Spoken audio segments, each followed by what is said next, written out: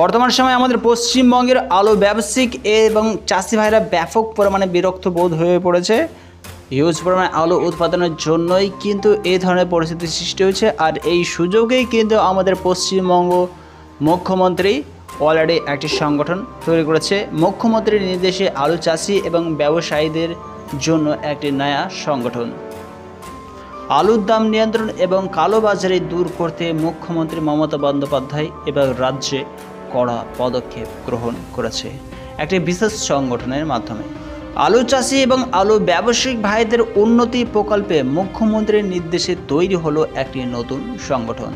আলুর দাম নিয়ন্ত্রণ থেকে শুরু করে আলুর কালোবাজারি দূর করার দায়িত্ব থাকবে এই সংগঠনের। মুখ্যমন্ত্রী মমতা ব্যানার্জি যে সংগঠন তৈরি করেছে সেটাতে সম্পূর্ণ চাষি ভাই এবং ব্যবসায়িক ভাইদের উন্নতি প্রকল্পকে ভিত্তি করেই কিন্তু তৈরি করেছে। তবে বলা যায় এই মুহূর্তে কিন্তু আমাদের পশ্চিমবঙ্গের আলু চাষিরা সঠিকভাবে কোল্ড স্টোরে থাকা সেই সমস্ত আলু বিক্রি করে কিন্তু দাম পাচ্ছে না। আর অন্যদিকে যে সমস্ত ব্যবসায়িক ভাইরা স্টক মজুত করে রেখেছে তারাও কিন্তু আলুতে সঠিক পরিমাণে এই মুহূর্তে দাম না পাওয়ার কারণে ব্যাপক পরিমাণে ক্ষতির সম্মুখীন হতে হচ্ছে। তবে এই সংগঠন কিন্তু সূত্র অনুযায়ী নিয়ম অনুযায়ী আলুর দাম বাড়ার জন্য ব্যবস্থা করা একান্তভাবে উচিত রয়েছে।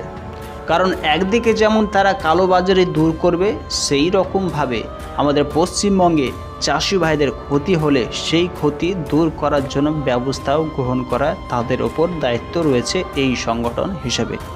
গত বছর আলুর দাম বেড়ে যাওয়ার কারণে বিভিন্ন বাজারগুলিতে যেমন ট্রান্সপোর্ট নামানো হয়েছিল, সেই সূত্র হিসেবে এই বছর কিন্তু চাষি ভাইরা উপযুক্ত আলুতে দাম পাচ্ছে না। হিউজ পরিমাণে তাদেরকে লসের সম্মুখীন হতে হচ্ছে। সাংসারিক জীবনে ব্যাপক পরিমাণে দুশ্চিন্তার মধ্যে অবগত হতে হচ্ছে। সেই বিষয়কে কেন্দ্র করে অবশ্যই মুখ্যমন্ত্রীকে চাষি ভাইদের মুখের দিকে তাকানো একান্তভাবে প্রয়োজন রয়েছে। আর এই সংগঠনের নামকরণ করা হয়েছে Paschimbanga progressive potato growers and traders association. এই সংগঠনে উপস্থিত ছিলেন রাজ্যের কৃষিমন্ত্রী ভেজ রামান্না, কৃষিমন্ত্রী শোভন দেব চট্টোপাধ্যায়, গ্রন্থমন্ত্রী বিকাশ দেবনাথ। এছাড়া এই সংগঠনে উপস্থিত ছিল হুগলি জেলা এবং পার্শ্ববর্তী জেলার আলু ব্যবসায়ীরা। কেবলমাত্র এই সংগঠন কৃষকদের সঙ্গে যোগাযোগ রেখেই কাজ করবে তারা। রাজ্যে সংগঠনটি সদস্য নির্বাচিত চুজ করা হচ্ছে আগামী দিনে।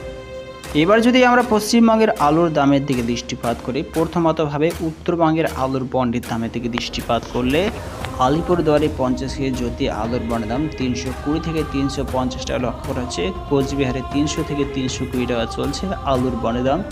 ধূপগুড়িতে 50 কেজি জ্যোতি আলুর বন্ডের দাম 325 থেকে 350 টাকা দেখাচ্ছে। ফালাকাটাতে 50 কেজি জ্যোতি আলুর বন্ডের দাম 325 থেকে 350 টাকা চলছে। জলপাইগুড়িতে 50 কেজি জ্যোতি আলুর দাম 325 থেকে 350 টাকায় শোনা যাচ্ছে। দক্ষিণবঙ্গের আলুর বন্ডের দামের দিকে দৃষ্টিপাত করলে সুরেকানাতে 50 কেজি জ্যোতি আলুর বন্ডের দাম 360 টাকা চলছে। সুদর্শনপুর ইউনিটে 50 কেজি জ্যোতি আলুর বন্ডের দাম 340 থেকে 370 টাকা আলুর বন্ডের লক্ষ্য করা আছে।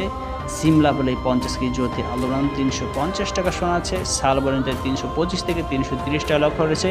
সারেঙ্গাতে 50 কেজি জ্যোতি আলুর দাম 350 টাকা লক্ষ্য আছে।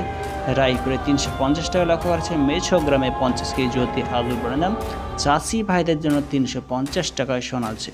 কতুলপুরের দিকে দৃষ্টিপাত করলে 50 কেজি জ্যোতি আলুর দাম 325 থেকে 335 টাকা শোনা আছে। কালাঘাটে 360 টাকা চলছে।